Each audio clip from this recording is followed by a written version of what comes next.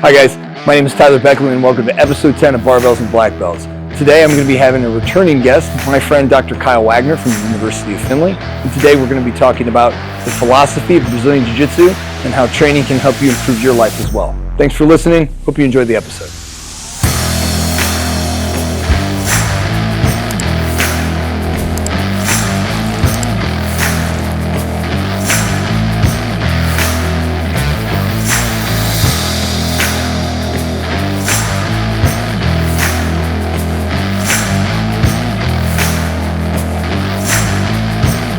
Hi guys, my name is Tyler Beckley and welcome to episode 10 of Barbells and Black Belts. And for the second time on the podcast, I'll be having my friend Dr. Kyle Wagner. And today we're going to be talking about the philosophy of Brazilian Jiu-Jitsu. And without further ado, my friend Kyle Wagner, Dr. Wagner from the University of Findlay. And again, just people that maybe didn't listen to the first podcast, it was our first one. He came in as my first guest when I started doing this 10 months ago now. And he asked me to, about the topic and stuff, and we kind of got another, kind of similar, I guess, to the last time, topic. Like I said, if you haven't listened to it, please do. It's a great podcast, but just a quick introduction. My friend Kyle, doctor in psychology, and he's the assistant director. Chair of the school psychology program, University of Findlay. At the University of Findlay, so which is my alma mater as well. Go Oilers! And it's awesome to have Kyle back on. And let's get right into it, Kyle. Just real quick on the theme of this one. Again, it's the philosophy of Brazilian Jiu-Jitsu, and I have down some of my notes here, and how it kind of helps us in life. So. I guess, Kyle, my first one just to ask you is what philosophy means and kind of how it pertains to martial arts and psychology. Yeah. So, what's funny is a PhD is a doctor in philosophy. So technically that's what I do. Right. And so now philosophers listening, I'm sorry, I don't actually study philosophy, but when we think about philosophy, how do we think about the world? How do we overlay values, thoughts, what's our system of thinking and approaching the world around us? And so when I think about something like Brazilian Jiu-Jitsu, something like judo, something like any martial art, why are we doing what we're doing? Like when we get out here on the mat and we're working on De La Riva guard, when we're working on guard passes or throws or takedowns or whatever else, what's the overarching set of principles that we're actually doing, right? Because we can teach a bunch of moves, but that's not teaching jiu-jitsu, right? We teach moves to teach jiu-jitsu, but jiu-jitsu is this underlying construct. Yep. And I think especially jiu-jitsu, especially the way you've organized your academy, I think, when I think about training in judo, it's beyond what we do in this room, and it goes out to how we approach the world. And that's I like consistency like that. I like that that sense of what I do here is what I do here is what I do here. And I think what we do when we train jiu-jitsu, when we train judo, when we train these martial arts is a lot similar to how we approach the world around us. So that's my perspective. That's my kind of shot at philosophy. I 100% I agree with that take on it. I think I sent you the meme the other day if just to describe it was a strength coach and he was like, I'm not a philosopher, so I ain't got a philosophy. But then he started telling us about what his philosophy was, and it was good philosophy too. Yeah. And I agreed with all of his training principles. Like this guy said he didn't, but everybody does. Like everybody's got a philosophy that they might not have it down. If you're a business, this is where I also was going to part of my expertise in here is my MBA that I have, and that's some of the same kinds of things that they talk about. It's not essentially like a philosophy that you personally live by. It's sometimes what the company does and what the company stands for and things like that, but it's the same thing that we're talking about. I have my own business, so it's my values and my morals, I guess, even in some ways put into that. But that's the philosophy, I guess, in the martial arts approach too, is like something that a lot of people don't understand. And I guess me and you would, how to easily say it. It's like the difference sometimes when people say a fighter versus a martial artist. Yeah. Like where some people's perception is that it's a fighter is like you learn how to beat people up and stuff. And it's like, that's kind of true. And like, that's not true. Yeah. But it's like when someone talks as a martial artist, they talk about all the other things around that. Like that's a product of what we do. Being able to defend ourselves better, or being able to attack someone better, or being able to do these moves better, whatever it is. But that's a product of things. It's like saying that the goal of your business is to make money. It's like, no, that's a product of what you do. Yeah. And it's like, I guess that's what martial artist to me, that's what it means. Like you have a set of, Yeah, because there's martial skills. We practice martial skills, right? When we're practicing an arm bar, a rear naked choke, those are martial skills. When it's a martial art, there's more to it. Well, there's a creative side, right? And but there's how we're applying it to jiu-jitsu, right? What's the translation? The gentle art, right? So it's applying that philosophy, that underlying construct of what jiu-jitsu is to what we do in here, and again, what we do out there. It's a heuristic. You're familiar with the concept of a heuristic? No, I don't think so. It's like a rule of thumb, right? So like, if I have a heuristic about jiu-jitsu clubs that they're welcoming places that are fun to go train at. So if I'm looking to work out when I'm traveling, I'm out of town, and I see jiu-jitsu on the side of a building, I've got a better than even chance that I can go in there and have a good time and have a good workout. That's a heuristic. Now, is it 100% true? No heuristics 100%. Better than 50%. But better than that. Yes. But a heuristic saves us cognitive load and it saves us energy. And we have heuristics about, if a light turns red, I'm supposed to stop. That's a heuristic. Well, it's a law too, but we should do these things. The point. And so I think that's what we do is we train heuristics, we train this philosophy, and as we learn it, as we understand it, our practice gets better here, and our life gets easier because we don't have to devote as much energy to think. Should we not think? No, but thinking gets easier because I can offload some of it. I mean, it's like some of those sounds like when you were going through what the example was, like a rule of thumb sometimes is just like, well, I always think of like when it came to like a rule of thumb or something. The first thing I thought about is like people that they measure when they cook rice, they use their finger. And it's like that is like a rule of thumb type of thing. So what does that do? They don't have to get out the extra measuring bowl. They don't have to do that. So it makes it a little bit more efficient. Is it 100% right? No, but it's pretty good. It's pretty solid. I've done it up to my second finger, and it's always been my finger. So it always like I learn that it's a little bit less or whatever. And the more we do it, the more we learn the exceptions. The more we learn the little bits. And again, bring it to jiu-jitsu. The skills we learn teach us the art, and once we know the art, you almost don't have to name the technique anymore. You're just doing jiu-jitsu. I thought of in my head when you were explaining that theme too. That's Our other instructor, Sterling, he told me of a guy that he had in there that he was an MMA guy. He lost a fight, and he was like, I lost it this way. And he was like, what do I need? Like, how, when I get in that position, can you show me? And Sterling was like, dude, you need all of the moves. Like, he was asking for, like, the one that would get him out. He's like, no. There was a series of events that led to that. So when you were saying, like, we don't teach techniques, like, yeah, we do, but that's just the process of teaching all the – like when we teach passing, I'm like, sure, I'm going to teach you a pass, but it's probably in real life going to be a blend of I tried this, had to go back the other way, tried this, and then that one worked for me. Yeah. That technique that I maybe sometimes even had to Rolodex almost. Yeah. And I'm going to shout out Tom Crone, who was one of my judo coaches back in Minnesota. Red and white belt, 7th degree black belt in judo, knows so much. And he used to say all the time, I don't teach people judo to teach them throws. I teach them throws to teach them judo, right?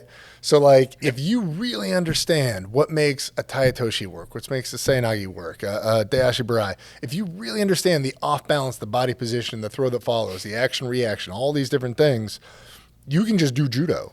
And it's jiu-jitsu is the same, which is a slightly different name and a different rule set. Like it's all understanding. Mechanics. It's all the same mechanics and all that flow. The best jiu-jitsu people you see you recognize the moves, but they're part of a string, right? They're multiple combinations and chains. I mean, and you've kind of talked about it a little bit on the last podcast about like the principles. I'm not sure if I mentioned it the last time on there. Like Henner Gracie wrote 32 Principles of Jiu-Jitsu. It's his interpretation, and like Henner's had a lot of different things. So if someone listening that knows about Henner's stuff, I would still read the book. It's pretty good. And him breaking down something as simple as one of the principles is building frames. And he used the example of architecture. And he's like, if you build a house with crooked walls, it's going to fall down eventually. Pretty easy. And it's like, same in jiu-jitsu. So when you build it upon a set of principles, and then what you do is you use those principles to problem solve whatever that problem is. Yeah. Currently, judo is the same almost, like you said, the rule sets. But if you're like, this dude in front of you is going to try to throw you, and you need to stop it, or you need to throw him. And it's like, sure, yeah, same, Yeah. So that's another one too. It's like if you set it with the foundation of this is what we're going to learn how to do, we're going to figure out how these things work. Then you could name it move 1, move 2. It doesn't really matter. It's like some moves. I know we make jokes about the Japanese words and stuff. I know that pays homage to sometimes the people that originally created things and stuff. But we joke about it like the Brazilians, and I think this is more of a lucrative type thing, but they never like to kind of give out the recipe, so to speak. So they'd be like, this move, that move, do that sweep, that submission, that choke. They'd say that. Like, and then, of course, Americans, like, I think Eddie Bravo was one of the first ones that really like started that I saw personally in the early days of like really naming things, like where he would name this and he named this and he named this, and he'd have like a name series that as a little step. They're just like, the old school wrestling coach that I had would be like, just get an overhook. And like Eddie had 3 names for how you got the overhook. Yeah. Where's your hand placed? Where are your hips? So that's different overhooks, right? Like, yeah, absolutely. And he's not wrong on it too. And that helps them, because I know some people, they get it way too in the details, in my opinion, though you have to be detailed oriented with it too. But I think there's things in jiu-jitsu that are so dynamic that overthinking it is a big problem there too. It is. And I think some of those details matter. When we talk about bringing it down to core principles, the details matter in that if you want your student to move in a different plane, it helps to call it something else, right? Sure. If I'm setting up an arm bar, good God, how many ways are there to set up a basic crossbody arm bar? Tons. And how those different setups can be just wildly different depending on position we're starting in, depending on what my opponent's doing, depending on what those things are. It helps to have a different name for a spin arm bar, arm bar from right. All those things help. But guess what? The arm bar I do from my closed guard, well, I don't do because I'm terrible at it. But the arm bar some people do from a closed guard, right? I can do that same principle from a mount, from a tech mount, from a lot of different places, and having that experience with the platonic guard armbar helps me understand the positions. And when I get good enough, I don't think about the name anymore. I just think about, they're moving this way. That means I need to shift into this plane and this angle and adjust in these ways.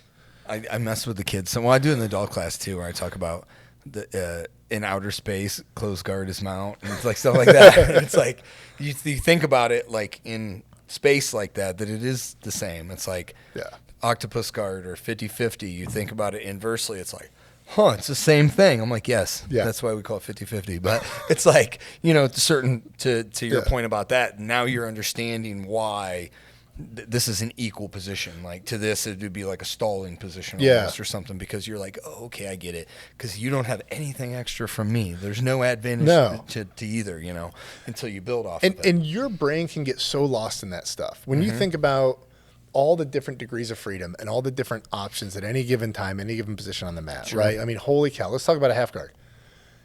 Let's say I'm in your half guard. What things can I do? What things can you do? Oh my God, the combinations are endless. Sure. But if I understand jiu-jitsu, if I understand basic principles, the basic philosophy of frames, efficiency, basic body mechanics and movement, suddenly I don't have to keep track of 30 different things I could possibly do. I have to move and flow into the positions that make themselves available. And, and that's, I think that's important, is getting the feel. I think that's why rolling is important. I think flow rolling is really important. Rolling with people at different levels, so you can start just feeling how things go, where are your escapes, where are your ins, where are your outs, where's your positioning. Yeah. Not to, we get off on a tangent on that one all the time. My next topic, and this is kind of exactly on it says, how the mats can become a laboratory for life lessons, which we're going to get into, but this is exactly what you're talking about here too. Like I already kind of mentioned before, as a laboratory is problem solving. Like most people, if you think about a mechanical advantage of like a foot inside the elbow, like on a spider guard or something, and you're just like, I think being an uke and learning how to be an uke, that's some of my best ways because I learned that way. Because it's like, oh, I see why this is bad. Yeah, I don't like that. I don't like that at all. And so then you start learning inversely that way too. But yeah, I guess so. The question again on there too is how the mat becomes a laboratory for life lessons, Kyle. Man, it's such a great mirror, right? Because that same basic mindset, that same mentality of learning the heuristics, learning the rules, learning the flow of jiu-jitsu helps you not freeze with what's it called? When you have too many options and you just can't do anything because of it, right? There's a really fun rhyming name. Like I can't remember. They always talked about it in business because it's like if you're selling like a car, like you don't present them with 8 cars. No. It's 3. Same thing on a menu. You don't want a menu with 100 things. You want a menu with 10 that's things. at least in sections. They always put it, and on the mat, if we have that mindset, we're more efficient with our movement. We can get to better positions. We don't get indecision. Whatever. I can't think of it. Same thing in life. So I teach my students when I teach them about school psychology, when I cover units about ethics, right? I say, listen, ethics is not. Well, I think it's fun, but it doesn't have any true answers, right? There's just, you even read the ethics textbooks and they're like, you could do all these things. Here's how to think about it. Like, you need to think about it ahead of time. You need to go through the thought patterns dozens of times. Have these conversations with your cohort. Have these conversations with your professors and with your supervisors so that when you are in a school, when there's an ethics something happening, you're not frozen. That you can flow through that chain of logic, that first principles of, okay, my number one job is the safety and health of this student. So what can I do to make that student safe and healthy? Okay, now there are these other things. Well, now I've got to walk through this progression. It's no different from being surprised and taken down by someone and ending up in somebody's side control. This is a bad position and I don't like it. Okay, now first principles. I got to get off my back. I got to get onto my side. I got to make a knee and elbow connection. I got to create space somehow. And that basic, that mirror of being out here on the mats, of flowing through different positions, flowing through different problems and solving them is exactly what we want to do in life. Because nobody hears about a thing once and is able to apply it in their day-to-day life. It just doesn't happen. We've got to treat our life outside the academy like we treat our life here. Learn something intentionally from didactic instruction, drill it, think about it, start applying it in more live situations and be able to feel our way through the situation. And I think that's why things like this are so important. Like anything you can do that's this kind of controlled chaos and learning how to be calm in this situation. I mean, geez, self-defense, right? The obvious answer for jiu-jitsu. If someone comes up on doing you in the street and they grab a hold of you and you've never been in one of these situations, it's terrifying. It's awful. And you just freeze and you don't know what to do. If you spend 4, 6, or 8 hours a week with people grabbing a hold of you, that's at least a familiar sensation. I thought in my head what I would do. Like when you said that, I went, I kind of got a good idea, you know. But that's that lesson that you train over and over. I mean, I thought about that question because this is where situations where the philosophy of BJJ help deal with real life stress or challenges. This is the next talking issue. I talked about it with Todd on our bullying episode about my daughter doing jiu-jitsu and how jiu-jitsu teaches us to say no. It's like a big, someone's trying to choke you. No. I get that you're trying, but I'm going to say no. And sometimes they're still going to choke you, but you learn how to keep saying no and how to say no better too. And to the point of self-defense, if you want real self-defense, it's the ability to say no. Like if someone puts their hand on you, you're like, no, thank you. No, I don't want that. Even no, I don't want to roll with you because I don't feel safe right now. Sure, and that's a big one too. You don't have to give them that reason, but no, I'm taking a rest round. No, I said I'd roll with them. No, I don't want to. And learn to say no confidently, and learn to say no and walk away. Huge self-defense thing. I mean, oh my God, one of the college kids in the class, it was a couple of years ago. I don't know if you remember. He's like, well, what would you or Kyle do if you were out at 3 a.m. and someone came up and did this and this. I'm like, I remember this. I wouldn't be out at 3 a.m. Yeah. Like I would say, no, I need to go home and go to bed. That's a huge, learning how to say no, learning how to avoid that situation. Well, how do we get out of the armbar? Don't get there. I know it's a cheap, rough answer. You don't want to, but it's true. That's the truth, though. That's the truth. It's like you have to learn how to not get in the armbar. Yeah. And it's like, and sometimes I think like the problem solving on the mats too. And back to your point where you were saying about when you're on the mats, you're constantly being like basically pressured into making tough decisions in the moment over and over and over and over again. So maybe that's not always the same as like boardroom meeting that gets tense or something like that too, but you learn how to stay calm when I'm thinking other situations where BJJ and Dr. Funky Larry, he talked how his work-life balance, that's another one where he feels like, hey, having to be present-minded when I'm on the mats, like someone's trying to choke you, literally they are trying to choke you, you need to do something about this, I can't think about anything that's going on tomorrow or what work looked like today or something, so he kind of talked about that and kind of a, I guess, work-life balance. It's really helped him in that idea. Well, I'll give you another one. My oldest daughter, Penelope, a couple of years ago, she had just started doing drumline, just started playing an instrument for the first time. They had a show during a middle school basketball game, and she's like, I'm so nervous. I'm like, well, tell me about that. Why are you nervous? I've never done this before, and you're out in front of people, and you got to do this thing. I'm like, yeah, no, 100%. I get it. It's nerve-wracking. But no one's trying to stop you. She said, what do you mean? I'm like, you do jiu-jitsu like 2-3 times a week, right? Well, yeah. You're trying to do stuff all the time, and people are actively trying to stop you. Oh, yeah. No one's going to reach out there and try and stop you from hitting that xylophone with the mallet. You just do what you've been practicing and be confident and be happy and enjoy the moment.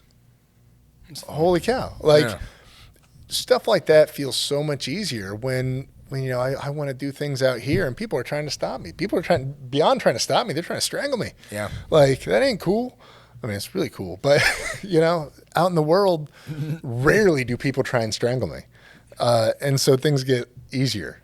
I mean, one of the examples that I used to have for fighting in MMA, I heard a guy that was in the UFC, he was also a vet, and he was a sniper in the military, and he said how he had one engagement where him and another sniper were just pointed at each other for a couple of days. Like, he goes, that's where I was doing. And he goes, and I knew he had crosshairs on me. He's like, so when I got into a cage, I was like, yo, it wasn't like that. So he's like, if I get TKO'd in trouble, like, there's going to be a dude in some stripes and black pants, and he's going to get them off me, and I'm going to get taken to the hospital or whatever. So point being, he always just told himself, like, you have been through situations where your perception inside your brain, like you might be making this into mountains instead of what's the old molehills or mountains kind of thing. Well, and this is going back to Jigoro Kano and starting judo, and I get to claim Jigoro twice because I do judo, and he was also an educator. He was the minister of education in Japan. He ran education colleges and teachers colleges. He was a big believer that judo was for everybody. Judo's for everyday life. Judo made you a better person. Now, is it judo specifically? No. Like, that's ridiculous.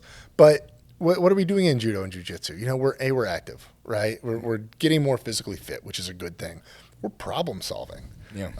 Amy sent us that reel on Instagram where they're just talking about these different studies. So we're like, yeah, your brain blood flows better. It shows the benefits of jiu-jitsu. All kinds of great things. Yeah. And so he's like, you know what? No, this is not just on the mats. Yes, we train on the mats, but it applies everywhere. And I think that's carried as people took judo and modified it, made it Brazilian Jiu-Jitsu. And I think that same ethos, that same basic idea of we're making ourselves better. This is kind of our crucible. This is our playground to get better and to be able to handle everything out there a little easier. It's probably the best segue too, by the way. And Jigoro Kano, I guess, would you consider him the godfather of judo or the founder of judo? For people that don't know, that's one I've been trying to tell Kyle. He gave me his book, and I do terrible with reading actual physical books. I do audiobooks all the time.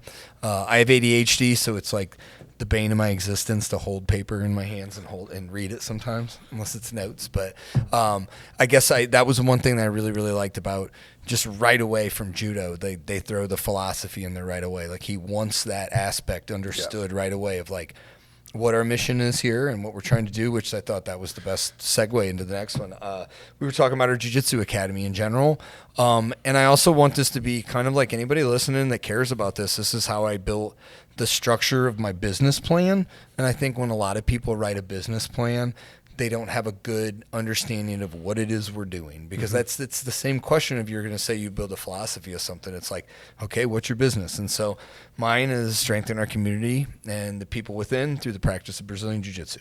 So that is where I started it with, because I believe that Jiu-Jitsu can strengthen people's lives and enrich their lives. So I'm like, okay, we need to start getting Jiu-Jitsu in the community, and we need to start strengthening adults and kids who practice it. And we have to, then the next one is the core values that we're going to talk through. But I guess that's where the first thing that, like, somebody that does anything.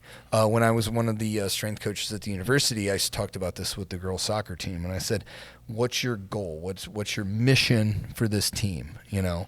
And someone were like, win a championship. I'm like, no, that's products. That's like saying and I gave them mine, and then I gave them a couple of different businesses and stuff, and get them to talk about it. And they kind of went the New Zealand All Blacks way, and they said to strengthen, I believe, not, I'm trying to get word for word, but to like enrich the sport of soccer, to like represent their university, represent their colors, and like represent themselves, like in whatever way they worded it. Because then I'm like, okay, now you're starting to see it. So if you're doing all the things that you're doing, then you can go, okay, does that go towards the mission? Because you're like 3 a.m. out drinking and stuff. Is that going towards the mission? No, it doesn't sound like it, you know? So easy to understand. But then if you say that the mission of the training session, you could even micro it. You say it's the mission of the training session. Today we are going to learn De La Hiva guard. Like, we're going to learn it. We're going to explore it. We're going to talk about it. And then you could like, okay, that's the objective. Or when you're doing your live training, for some people, your objective has to be different. If I'm training with, me and you talk about it with the younger boys sometimes. I have to tell the younger boys, I'm like, my wife, for instance, will teach you really good jiu-jitsu, but one of those 25-year-olds tries putting the mush, I'm like, they're going to get an earful right away, because it's like, no, like, I will roll good jiu-jitsu with you, but go do that with other 25-year-old. You know what I'm saying? Like, that's the goal of that one too, because you can do it as a whole company, or as yourself, or as a showing up for a conference to learn. What's the mission? What are we here for? It ain't to go hang out at the bar at the hotel. It's to be in the conferences, listen to the speakers, or whatever else. I was just kind of thinking of an example that you would do. But I guess that's the next one. And I want to hear your opinions on each one of these ones when we get into core values. So like I said, the first thing, it's got to be the mission. It's got to be understanding, and that's exactly where I started from here. And then we went into core values, which then makes that up. The first one is a belief in people. Jiu-jitsu is for everyone, and everyone has their own journey. So to how Jorikano would talk about it. Yeah, so we've talked about this before. In judo, we've got two tenets, two basic principles. The first one is one and all prospering together. Right? That sounds a lot like strengthening community. Sounds a lot like jiu-jitsu's for everybody, and everybody can get better through this practice. The other is using spiritual and physical energy to maximum effect or maximum efficiency. And we'll get to that one later. But, if this is maybe me being just a wild optimist, but I really want my time on this planet, when it's done, I want people to say, yeah, I think the world was better having had him in it. I think he made the world around him better. I think he made people around him better. I think teams he was on did better. Not one more, did better. They were better units, better teams. Sure. And that's a huge core value for me. It's why one of the reasons I love judo and jiu-jitsu, because that's the blood of those arts. We talk about it all the time, traveling and going to different clubs around the country. I was just in San Diego a few weeks ago for a wedding. I emailed a guy who owned a club. I said, hey, is it okay if I drop in? Yeah, absolutely, come by. Here's the 6 a.m. class. I showed up, and everybody was so awesome and so kind, and we had great rolls and a great time, and everybody in there was a little different from everybody else, Sure. and that was what it was. It was everybody getting together, making everybody else better, and I think that's how you build community, and that's how you make people healthier, better people. So as a core value, I think you have to agree with that one. Clearly, not everybody in the world does. I think it's a weird thing these days, and it's like I try not to get super political on here, but like it says in my notes, like talk about inclusivity, psychology of growth, and letting people progress at their own pace. So I don't understand how somebody gets into a sport and they're like, one, if they have the mindset like I either have to be a champion or it's worthless. Like, dude, that's so toxic of a mentality. Yeah. Or to think it's like if someone's, why are they here kind of thing. That's like the old, like you see those in gyms and stuff, like the old like fat girl on a treadmill kind of thing. Like, what's she doing in here? Well, apparently She's same getting shit. better. Yeah, you're trying to do, Yeah. you know? So that's like the whole like seeing people at their journey on it Yeah. too.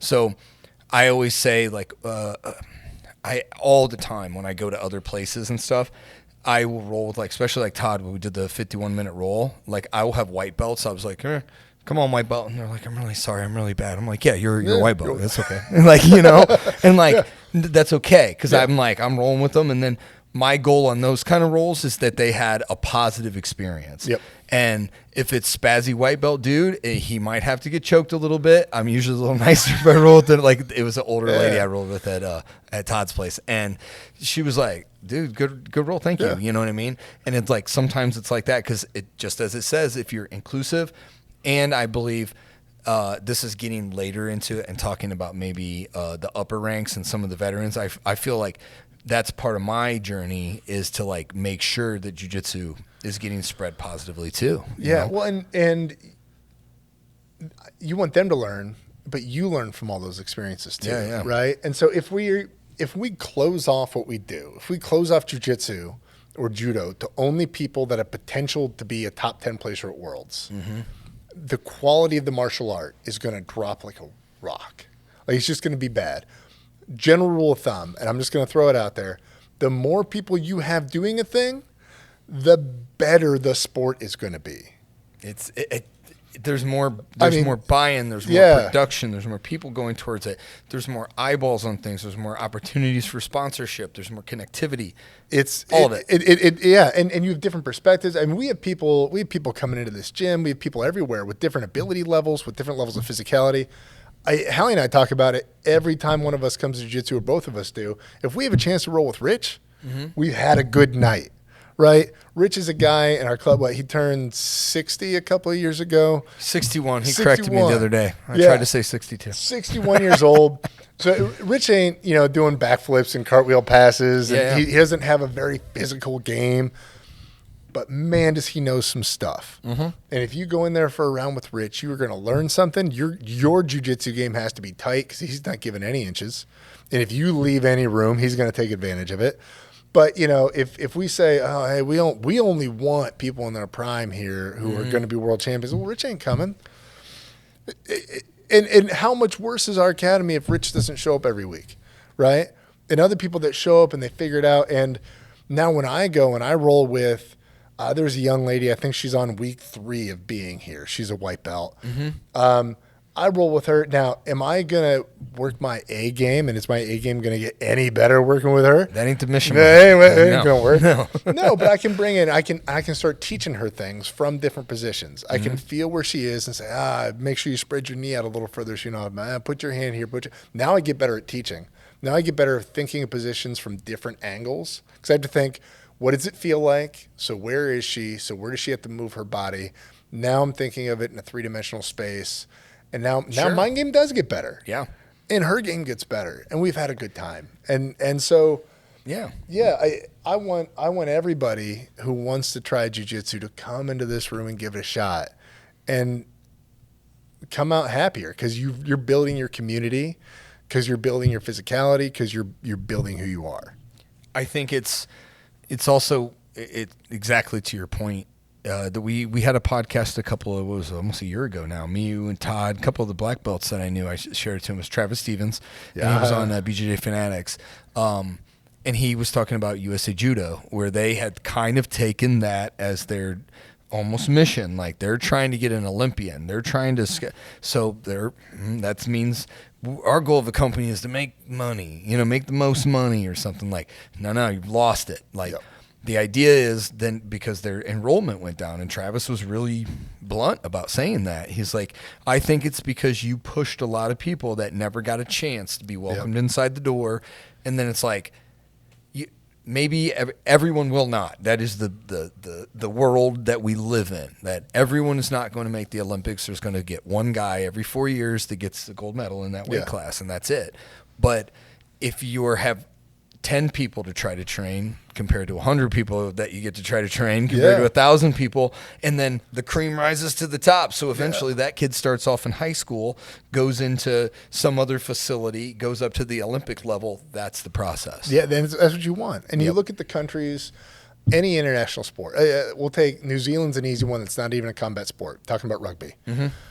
They've set up their youth program to be more inclusive. They've said, listen, we're not stratifying by just age. We're doing age and weight. So now we got kids developing early who weren't smashing kids who were half their size. We got everybody who's 80 to 110 pounds are in the same group, and then 110 to 130. And a small little island country has the best rugby teams in the world. I love because everybody plays. Yep. I mean, I love just some of that.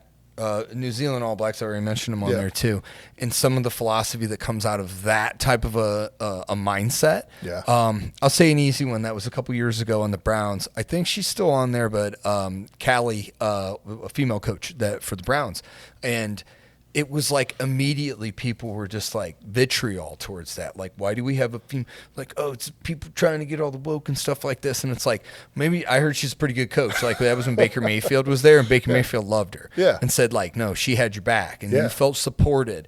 And I'm like, hey, I want my starting quarterback to feel like a coach supports him. So already you're saying like that person says, at least I know, like I like having that girl here. Yeah. Because like, why wouldn't you include them? And as another thing too, like say the sport of wrestling, for instance, is now being really inclusive to females.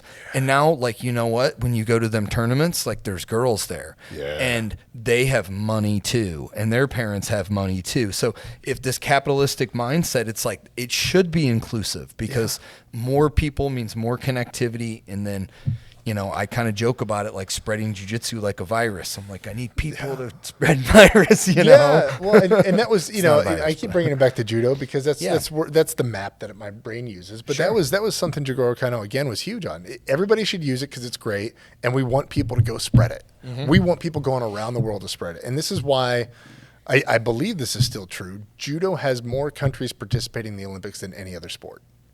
Interesting. 176 countries. Even running?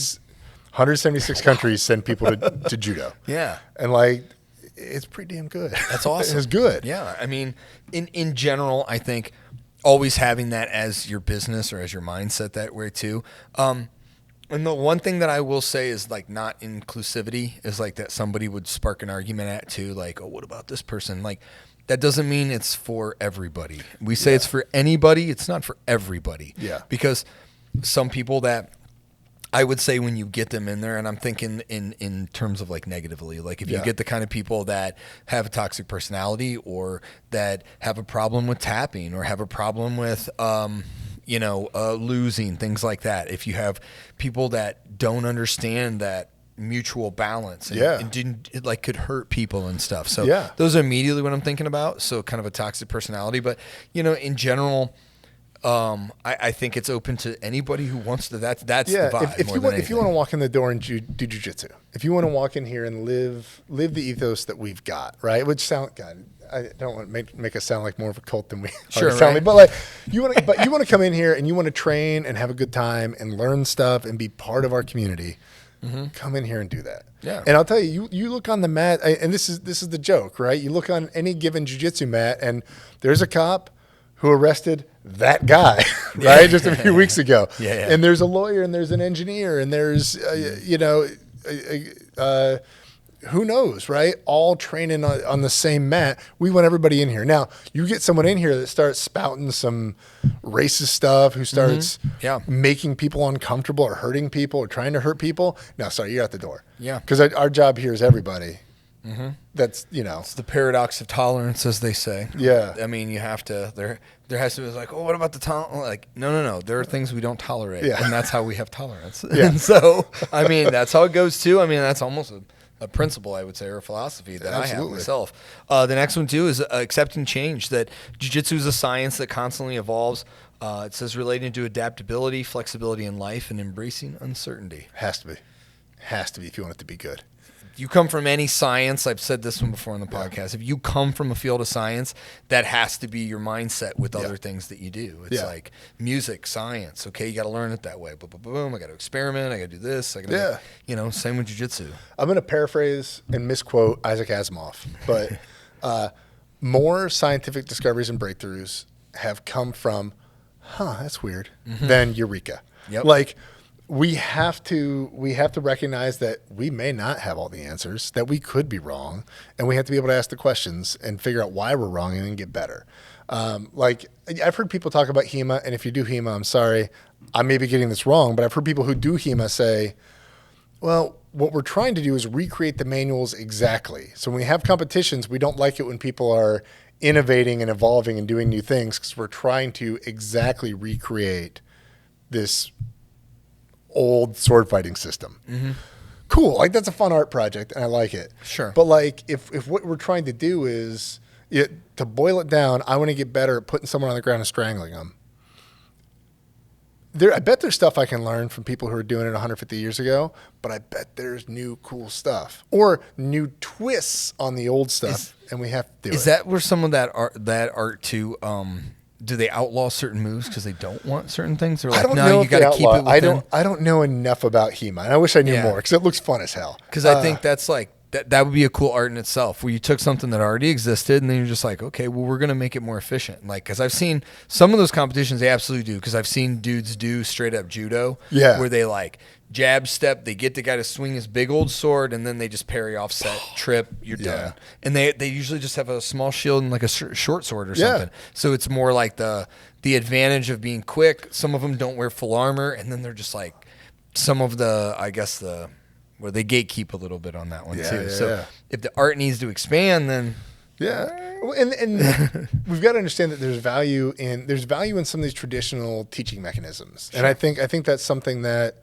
again, because I come from it, judo does exceptionally well, is having a progression and a pedagogy and a teaching mechanism. Now, I think people adhere to it too closely sometimes.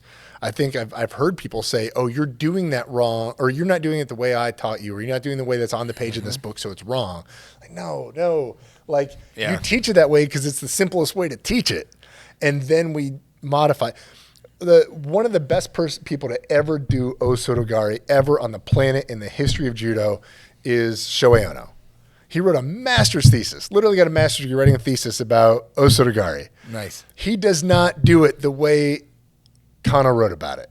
He does it a little bit different. The way he does it. And the Ono Osoto is beautiful to see. And now, does it use the exact same principles? The exact same principles? It 100% does. It has to. But it looks a little different. And why did you develop it? Because it worked. Because it had to work. Because we're competing. That's the crucible competition is huge for what we do and making what we do better. Yeah. That's another big one where I just think competition in general, and this is where I stray from like people that just want to use it for like just the art mechanism, and I think it's part of it. It's a component of it, because like there's no other way to go into like on the training mats to simulate that without it being like, that's another one where people say self-defense. And I'm like, okay, do you go train in the streets? You go start fights in the bar? It's like, we're trying to make it as closely related because that person wants to 100% win as much as you do. Yep. And it's like, and that's the only mechanism that you're going to do to really test those skills out. And it is not a understanding of how much you know jiu-jitsu is whether you could pull it off. That's a fallacy, but it's also, it gives you, because that's not what it is too. Some people are like, oh, if I beat this person, does that mean I'm, better than a brown belt or something. you beat that no, person. it means you beat that person. That's it. It's like, yeah, I grant it. If you go at Worlds 3 years in a row at blue belt, you should go up. Like, I mean, that's an easy one. Yeah. But it's like some of these people, they got it in their head. They're like, it's that fallacy that like the best guy is the best at jiu-jitsu, is the best, at knowledge. It's like why football coaches aren't all good at football. It's like, come on, guys. You get an analogy, and you're testing it out.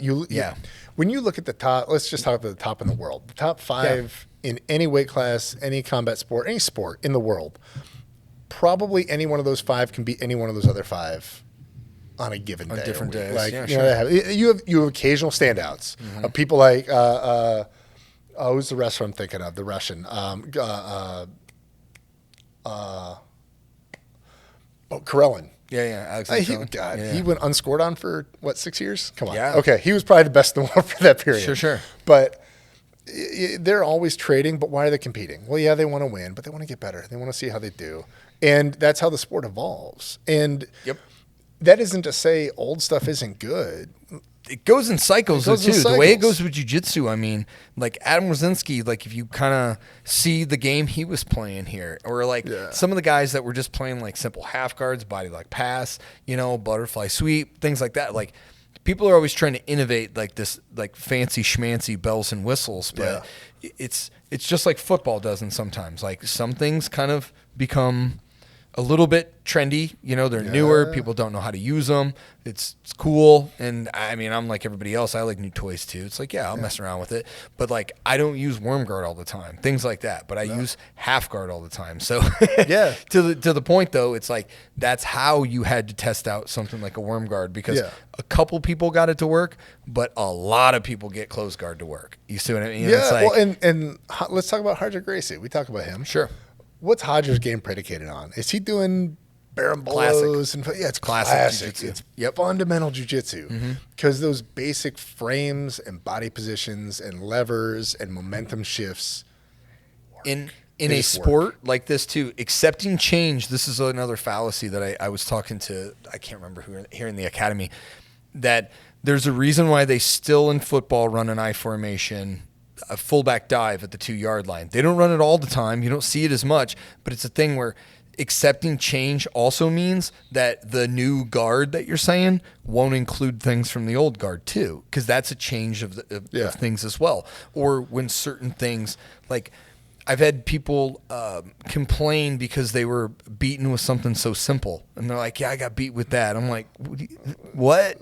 Like, it doesn't matter, Like, you have to change your, like, it's almost like they want them just to play the new stuff because it's an ever-evolving thing. I'm like, no. It's just you add things. You add more options is all it is. The beauty of this is again, those degrees of freedom. Like, you can do so much cool stuff. Yeah, we're not past that. We're just adding choices, to it. Yeah. And I think this is true in a lot of different fields, a lot of different places. Is there's some basic heuristics, fundamentals, things that we have to think about first, and as we add nuance, we need some tricks and we need some different things occasionally. Or tricks are useful, but we have to change. If Muhammad Ali? If someone thinks the same way at 50, they did at 20, they've wasted 30 years of their life. I'm probably misquoting there, but like, it's all right.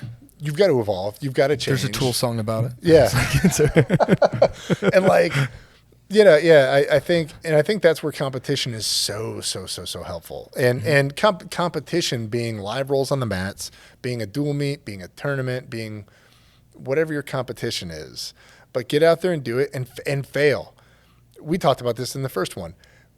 Don't be afraid to fail. You have to recognize that. I mean, geez, I get tapped out by white belts, blue belts sometimes because they get me. Because you have limbs. Because I have limbs. Because you have a neck. Because I'm trying new things. Because I'm, because I want to play guard for a while, so I'm not starting on the feet and ending up on, where I want to end up. So, awesome, cool, you tapped me. Now I know what I did wrong to get there, and now I get to evolve my game today. Doesn't look like my game when I started this whole journey. That's also the acceptance of change too, by the way. Like the change in the season, so to speak. And like some people, as they phase out of jiu-jitsu, I think, because it is an ever-evolving sport. I see this constantly, and that's what I strive, personal goal of myself, to not get stuck in the past, so to speak.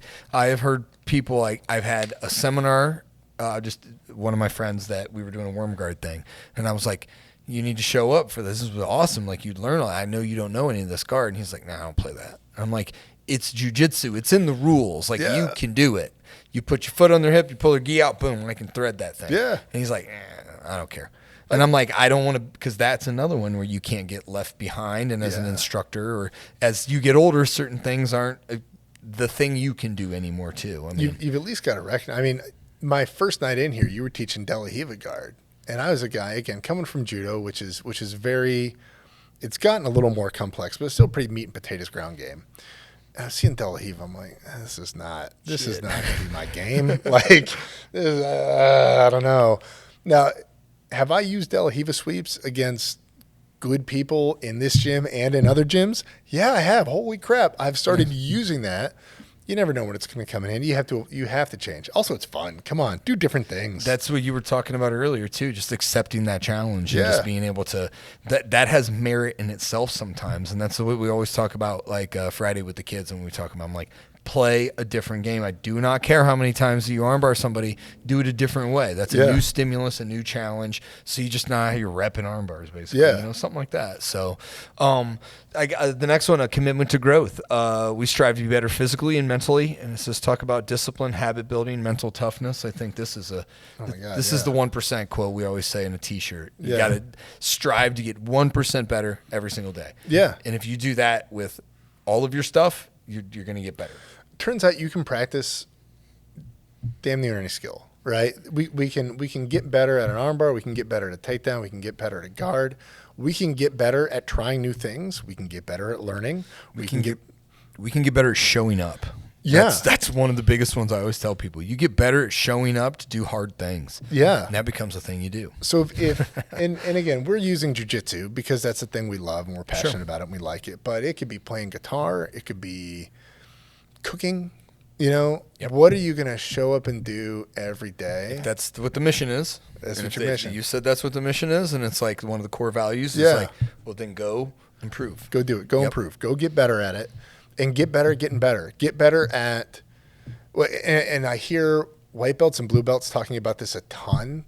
And then you see like purple, brown, black belts kind of chuckle.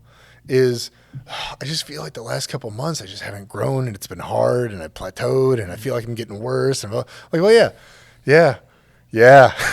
Because it feels like that. It feels like that. Objectively, that's not true at all. Because there's no way that could happen. But no.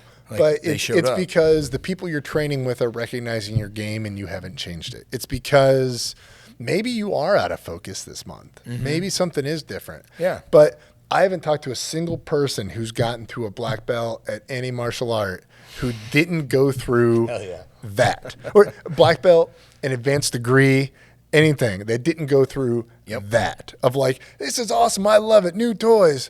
Oh, I kind of suck. Oh, hey, look, awesome. I'm doing great. Yeah. Oh, this is rough.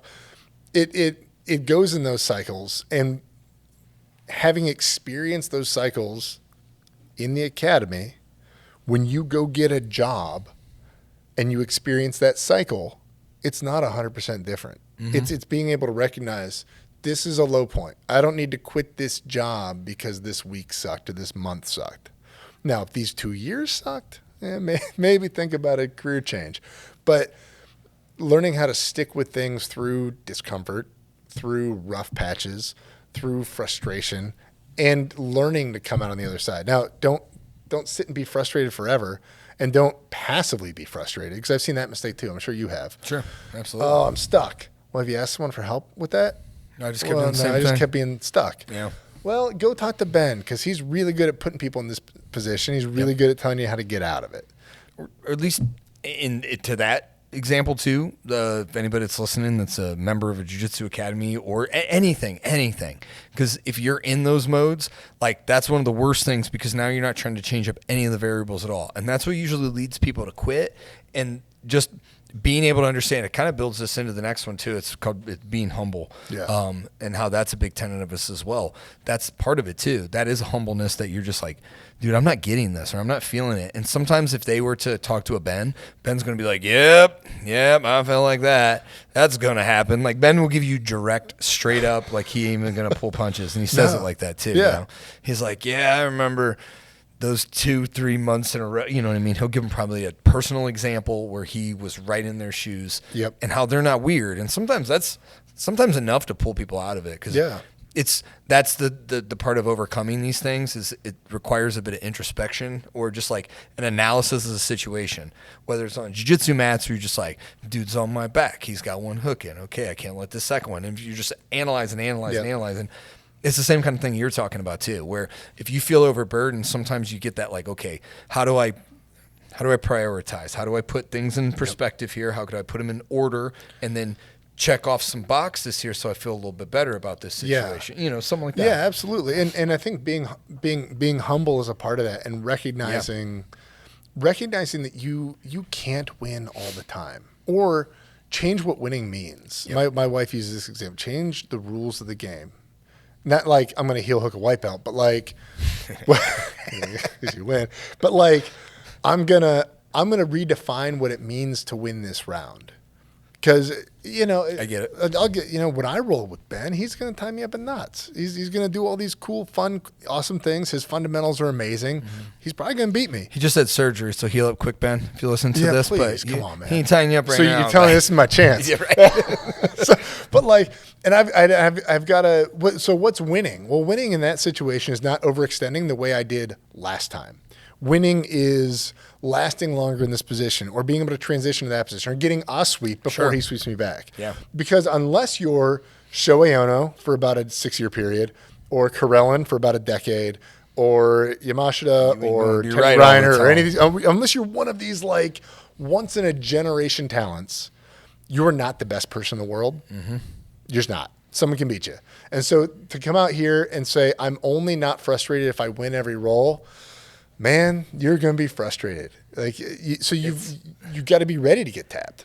It's one of the things where I kind of scuff at someone who would be like, like winning's everything. It's got to be this, like this whole kind of what seems like hardcore style. And it's like, it's just bad. It's way that you're going to end up out the door, not in that sport anymore. Like that real straight edge, like it's got to be an all or nothing kind of thing too. And I think like losing a little bit of that ego is some of the biggest ones, because like once you see jiu-jitsu kind of work on people, or if they have, that's usually you're more like spazzy white belt, or just someone who isn't accustomed to losing things too. I see it a lot with especially like your football player guy that's muscles like me or whatever. I was personally like that, where I'd go through where like I can't let these bad situations happen to me, and then as I grow through jiu-jitsu, it's like, wait, I'm getting better if I'm putting myself in those bad situations. And it's like, oh, well, now I'm in competition, I'm way better at defending myself if I ever get put in those bad positions, which obviously is going to happen because I'm not the best in the world. It's like a simple plan, but and I hear people poo-poo it because they read these biographies, or they see these documentaries, or listen to people talk who have been champions, right? Like you listen to Dan Gable talk, and he has this really hardcore mentality. Yeah. Travis Stevens, really hardcore mentality, where it's like a win at all cost thing, and like if you want to be an Olympic gold medalist, like you gotta go hard. I mean, listen to Todd talk, man. And you gotta go hard. It's like, but people like listen to a podcast and they're 9-year-olds that, I'm like, dude, chill out, man. But even those people, it's like, you tell me they never lost and they gave up and they lost. Like, no, they came back harder. And they went through a process. And they went through, and in training, they're not winning every round, and they're not trying to. They're trying to get better at a thing. Right? They might go into a tournament. I knew a guy who did this. He was like an international level player. He was a younger guy in Minnesota. He came into the state tournament one year planning on only throwing one throw. He entered the 3 highest weight classes in the tournament in the black belt division and said, I'm only using Uchimata. Okay. And won all 3 weight classes with Uchimata. Well, sorry. He beat me with a Seyanagi, I believe. But like... Liar. Right. But Like he had to put himself in a vulnerable position. You knew Yeah. in that tournament he was going to throw an Uchimata on you. Mm-hmm. You knew it. He wasn't playing his A game. He was playing to get better at Uchimata. And Travis, I'm sure, did that. Yeah. It's a little different running, so I don't know if Todd had that situation, but I bet he ran in adverse conditions that weren't best for running. You hear about Michael Phelps' coach sometimes stomping on his goggles before a meet because they wanted him to get used to Something different. Yeah, something different. Like, oh, you got water in your eyes now, still got to swim, buddy. And you've got to be humble enough to be able to lose, able to disadvantage yourself, to understand what it's like to be smashed. You just got to. A while back, and this was after I was at Blue Belt Worlds, and I lost in quarterfinals of Blue Belt Worlds. And Salo Ribeiro told me, he's like, when you go back, he's like in the locals, he's like, play guard. And I had another coach at the time who gave me different advice. He's like, I play it in the training room, and you'll be fine. Like, you go in to win. So he had that. Bad advice for Tyler, because my guard didn't develop through blue belt and purple belt. And it really did when I became a brown belt, because I stopped listening. Like, I more had, the advice from Salo where I heard, no, he's telling you to go in local tournaments and play guard, because it doesn't matter. Because then when the plane tickets and get the hotel and you're trying to go win this big tournament, then that's when it pays off. Yeah, my judo coach, Greg Olson, was a University of Minnesota wrestler and was good at throwing people when he started judo. And his coach was like, Greg, you have to try 3 foot sweeps before you can do any other throw. They just saw that hole. You have to. Yeah, fine. And he got a hell of a lot better at foot sweeps. Like, and they probably set up his throws better too. Oh my God. Yeah.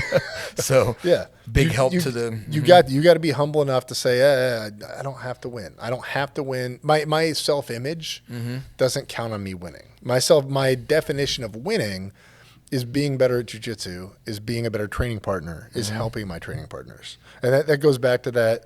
Everybody's welcome here. Everybody needs to get better together.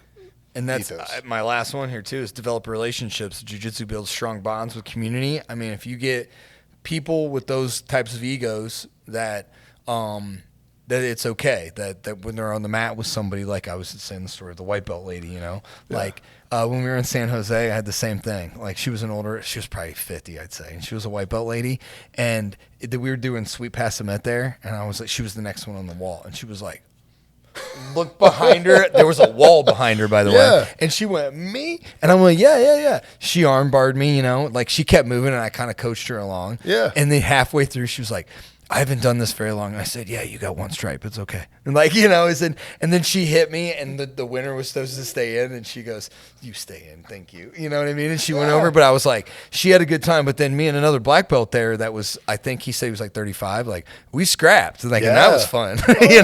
He was like, oh, you like, that was a good pass or whatever else, Like, we got a lot of discussion on that. But then that lady at the end too, like, she came up and she was like, will you show me that arm bar again? She goes, I want to do it again. And I was like, cool. And so she had a good time too, and that was where developing relationships and building communities, to where her intentions with jiu-jitsu was a different purpose than mine, and a different purpose than the kid that's trying to win worlds or be an MMA fighter or something. But it's like, I don't know, she'll come to your fight if you're cool with her. And different people are different roles. Like, people, especially, you see trial class white belts walk in here, and I really try hard to grab one of them, and the look on their face is hilarious, right? Because I'm not a small guy, right? 6'4", about 293 this morning on the scale. I've got a purple belt on, which means, holy cow, he's not just a guy. And I grab all, I'm like, come on, we're rolling. Yeah. Like, no, I'm just, I know, we're going to roll. We'll be okay.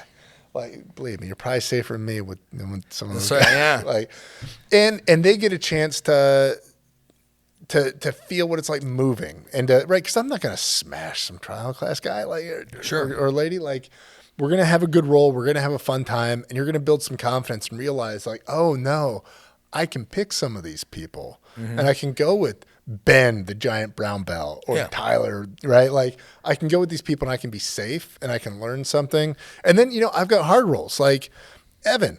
He comes, I know when I roll with Evan. Fishy. He's going to be all over the place. It'll be all over the place. He's going to be jumping around like a squirrel, and it's going to be hilarious, and it's going to be a fun roll, and it's going to be safe. Yeah. Right? Oh, And different different people have different purposes, and we figure out who on the mat we're going to for that next roll, and we got to not break our toys. I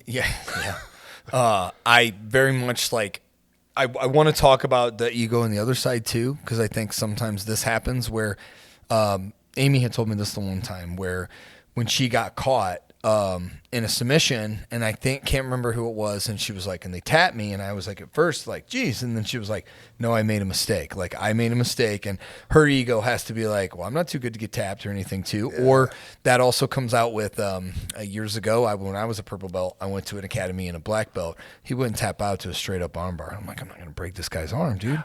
You know, I'm literally touring as an academy. He didn't want to tap to me too. Those are like kind of sometimes the same vibe, that it's not because of the fact that they think they're a big, strong man, they want to win all the time. It's just like that they've been in a position, you know, for so long. Yeah. Or like I tell Aim sometimes too, I'm like, you're still going to get tapped by a dude. Like, it ain't like every dude you roll with or something. And then we're far past that guy. It was like, I think when she was a white belt or so.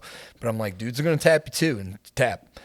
And I said, and if they are doing something that you do think that you're feeling unsafe, then you use your words. Yeah. You know what I mean? Because this ain't worlds here. We're training here. We're getting better. And I think that is... She actually had to have that one, and then this was the story I thought of for developing relationships and strong bonds, was she had that conversation with a guy that she was actually going to choke, and she was like, he wouldn't tap, and I thought, and she was like scared almost that she was going to put him unconscious, and I was just like, you know, you could. I mean, I'm cut from a different cloth a little bit, but I'm like, with a choke, I'm probably more likely to than an arm bar. Yep. I'm not going to break anybody's arm in competition. I have, and but that's, hey, he was a black belt too, but it's like, or in MMA, same kind of thing. But if she felt unsafe or anything else, but in this case, it was a choke, and she had mentioned to him like, hey, dude, don't like, I saw you were purple, dude, just tap out, you know? And she very much thought it was like, I can't get tapped out by this girl kind of thing, which obviously that's not right. No. And she had words with him, and it was real confrontational, and she was kind of worked up about it for like the rest of the class. Yeah. And she kind of told me in the back, but then at the end we were cleaning up, and he sat to the side and was talking with her and stuff. And I was like, well, how'd that go? And she was like, it went really well. Like, he came up and was like, I thought about it, and you're exactly right. And so that's the kind of stuff that I'm talking about, by just her, you know, helping that dude remove a little bit of ego. And he still does jiu-jitsu, by the way. He lives in Florida now. He's all right. Belt, so that moment kept him carrying on with jiu-jitsu for sure. And I think that's one we hit it every time. We talk about it in the adults class. We talk about it all the time in the kids class. Mm-hmm. Tap. Yep. And you see kids get aggravated because we'll run in there like, they're not ready to tap, we'll just stop. Yep. We'll just stop the roll. Yeah, it's a tap. You're done. Yep. But no, I was, no, I know. You know, it's okay. You're almost straight. Bump, keep going. We're gonna, well, do it different. Like, because this is a sport that I really think it's one of the safest sports you can do. But there's amazing potential for injury if you're not careful. Yep. If you're reckless, and that's why, you know. Well, you've seen the meme, or it's probably even an Instagram reel, right? Where like they ask a white belt, hey, what's the most dangerous belt? And he holds up a black belt. And they ask every other color, well, who's the most dangerous belt? White belt. Like, no hesitation, because they don't know when to tap. They don't know what's dangerous. They don't know what's wrong.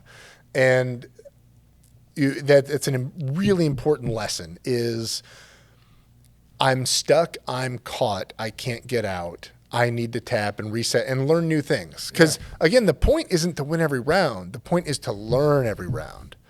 And now, are there times where I'll fight a submission because I'm not completely immobilized. It's not quite there. I'm going with at least a blue belt, and I know what I'm doing. And so I was kind of got an arm bar, but I can kind of hitchhiker out of it, or I can kind of hip heist over this omoplata or something. Yeah, I got it all the time. Just did it last night. But when someone gets me, I'll tap real quick because I don't want to get hurt. I don't like that. Sometimes it's like a little bit of limitations that people have. That's usually why I get on the kids right away, because they're more bendy than the old men, you know. Here. But they'll just let it go. But at a certain point, we have to understand that other person, it's that, you know, shared understanding that I'm not going to break your arm, but I'm going to take it to the point where you're going to tell me that you need me to let you go, you know? And let's say it wasn't a submission. Maybe it's an arm bar and I'm stuck and I'm never getting out, but I'm so bendy it's not going to work. What if it's side control? What if someone's got me in side control and I am not getting out. And they're just on top of me, and they're not trying anything different or moving any different, and I'm not going anywhere, and it's a minute into the round. Am I going to sit there for 4 minutes and not get out of side control? No. You know what? Tap. What was the submission? Doesn't matter. I've heard matter. people doing that. Like, I've heard Amy told me girls are known to do that, especially if like some dudes don't know how to roll with the girls or whatever. They might just hold them in places. And so I've heard girls just trying to say tap. They'll let you out of that spot, and then you just say we're just going to go somewhere else. Yeah. And like I kind of like that, especially if the whole point too was that the guy didn't really know what to do. Then you're alerting him like this is not acceptable. Like we're not training like this. No, you know. You get me in side control. You try submission because you're going to mess something up and give me space, and I'll get out. Yeah. But if you're just going to hold the four corners, hold me all day long, you can't. That's not the mission. That's not the what we're mission is doing to get right better. now. Yeah, exactly. And that's sometimes we have to say to the kids, but I'll say right now, like any of the adults, like that is not the mission. Now, let's say you're getting into competition and you need to learn how to sustain and control side control, that becomes a skill that you need to learn. But now you've put an objective onto it. Okay, I have to contain side control to get my points, but by the way, you'll get called for stalling 20 seconds later if you don't do anything. Yeah. So now somewhere in that 20 seconds, you got to move on. Yeah. So there's a little bit of purpose to it, but not for, I mean, I've seen people hold people mount for 4 or 5 minutes and not submit them. I'm just like, though. I have heard people make the case that maybe we should think about pins in jiu-jitsu. Like judo, I think it's 20 seconds and you win the match. I understand where you're at. It may be longer than 20 seconds because the point is we want to develop a ground game, but maybe 2 minutes. Maybe 2 minutes. We Something can say, like that. If it's you're the not match. out of there. Yeah, that's an interesting one. I think you're going to get a purist that's going to say, oh like, my God, they're going to hate it. You're like, no, you didn't kill me, you know, because to the point of like your point earlier about what is a win and what's not. Yeah. Big Rich, he went down to Brazil and he had this guy that called him young man because he was like 72 or whatever, and he was like, "You not submit me, I win." And he was obviously joking. Yeah. And he was like, "Young man, you don't submit me." He's like, "That's a win for me," you know, because he's 71 and he's still on the mats. Like, I didn't get tapped out, whatever. So, I mean, to the point, like, of all of the different, I guess we went through a ton, I guess, with the core values and how you develop, you know, how you go towards the mission and how the philosophy of things. If you start with these underlying principles of, okay, we're going to let everybody in the door and everybody's in here to make sure everybody's training right. Yep. And they're trying to get better. Yep. And they're accepting change and they're humble and they have a goal of developing relationships. You know what I'm saying? Yeah. And it's like, you're going to get a good product out of it. You are. How couldn't you, really? And you know what's funny is we haven't talked about crisp, tight technique in any of those, but if you're doing those things, if you're accepting change, it happens. Now, because part of what we're doing is we're evolving, changing. Why are we evolving? Well, because we want to win. We want to get better jiu-jitsu. Well, what has to happen for that to happen? You got to get your knees together on an arm bar. You gotta bring the knee into the hip and side control. And not even from that, you have to get to bed at night. You have to eat good. You have to maybe go lift some weights. You got to care for your injury. You got to talk to people. You got to understand people's plight a little bit here too. Yeah. Like to have all of these things, there's so much growth that goes into that. Yeah. That, you know how you lose your ego? You get tapped out a whole bunch of times. Yeah. And your ego starts to fade because you're like, holy crap, I am not Superman. And then you just start to like, okay. And then you start to get okay, well, my job's not to tap new trial white belt guy 17 times. My job is to maybe help him teach something. Well, all right, I know something. You start doing that. And then you actually start feeling better because you help somebody too. There's all these extra things. You know? And that's not to say I won't tap the trial white belt guy a couple of times. They need it sometimes. Maybe not first day. Maybe second day. Well, they come in, they're bulling hard because they're a big, strong guy. Well, the lesson you're learning today is that doesn't work. That don't work all the time. That's the lesson. That's right. You can go be big and strong and aggressive and come straight at me. Yep. Cool. Guess what?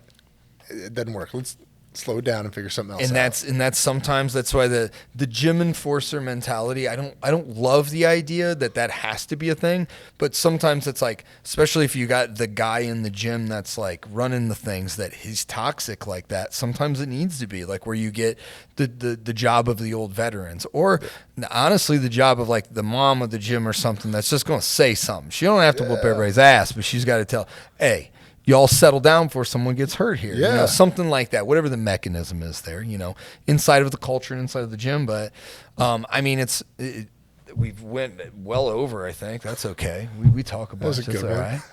But I mean, a lot of this, it says why culture matters in gyms beyond just technique. You hit it right there by saying like, we didn't even talk about anything of like the techniques, because if your goal is to get 1% better each day, then you're going to have to work on your half guard and whatever the new guard is in competition, things like that. You at least got to start understanding it.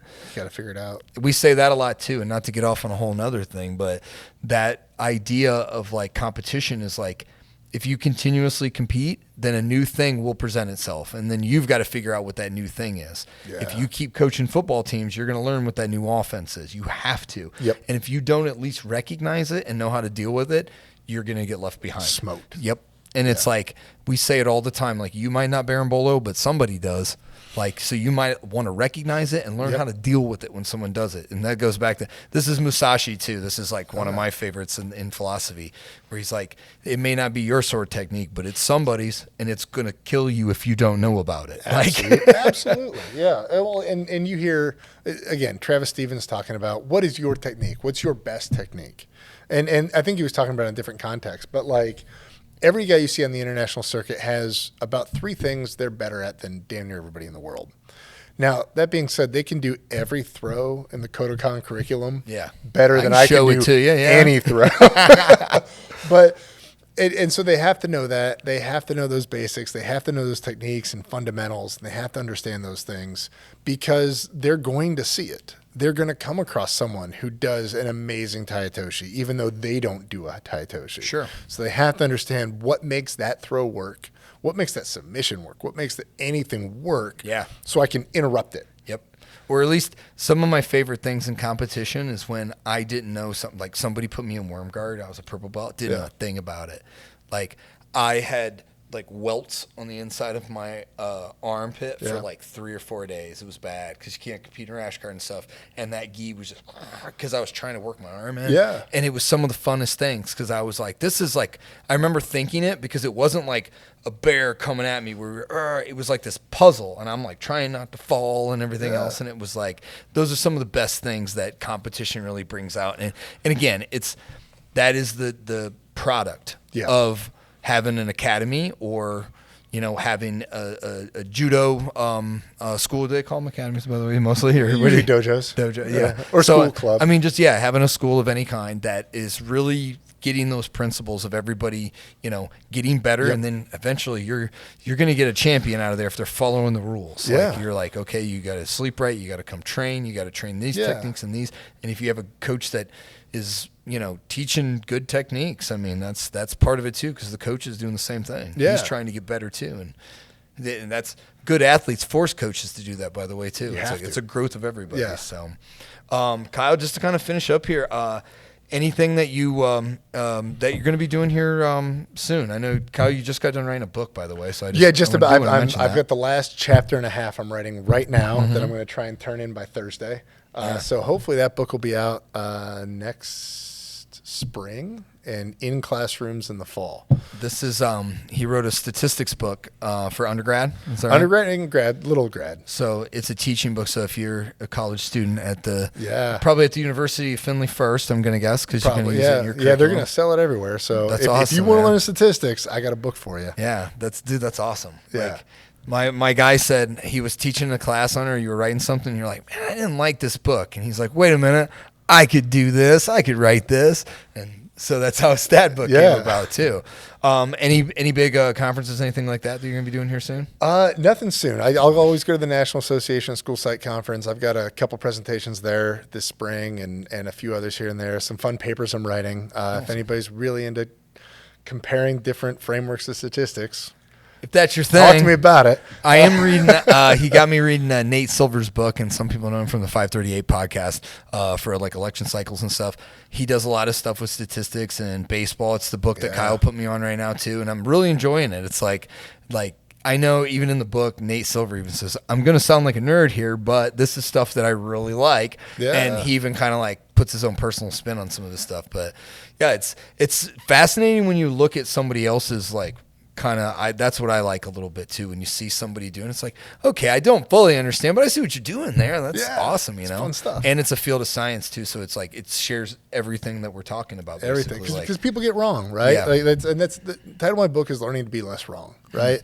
So what we do is we try and make the best possible guess we can, and then somebody makes a better guess, and you say, oh, cool. I like that. Yeah. Because if all you're doing is proving that your way is right, no matter what other evidence is out there, that's more wrong than you could possibly be any other way. Get out of there. Yeah. You need to compete in jiu-jitsu if that's your guy. That's the guy, you know, because he's gonna figure out real quick, like, oh, I'm not right all the time. Yeah, gotta be wrong. But dude, thank you very much. We sit here and just like, you know, talk about this kind of stuff like in the academies. A couple of my friends in the jiu-jitsu community will text me and like say, you guys just had locker room talk, man. That's awesome. Like this is stuff that a lot of academies they talk about. And I believe the ones that have really good cultures with it too. And just to be able to say some of the things that we talked about out loud, like here's our things, here's what we're about.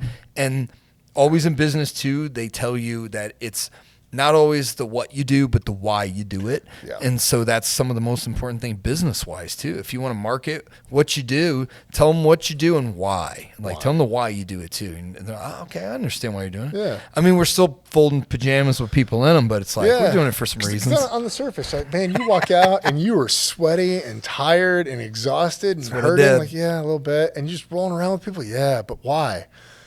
There's a lot. It's like, a lot. There's a lot. If you listen to podcast number 1 and number 10 of the Barbells and Black Belts, I'll tell you a bit about it. So awesome, man. Well, Kyle, thank you very much too. I have so much fun on these ones too, and this will probably be the longest podcast that I've done, Chris. Sorry about that. I need to change my ISP so I can get these things uploaded. But other than that, thank you guys for listening to, and thank you guys each week for sending me messages, sending me stuff on the podcast. I really do appreciate it. It's stuff that we do not only within our community, but we get a couple other jiu-jitsu communities, people reaching out, like some of my friends that started like, hey, I might do a podcast too. Who'd you do this with and stuff? And that's, to me, that's strengthening communities through Brazilian Jiu-Jitsu. 100%. And because they're good dudes and they're trying to spread more good dude stuff. So, all right, man. So thank you again, and thank you guys for listening. Take care.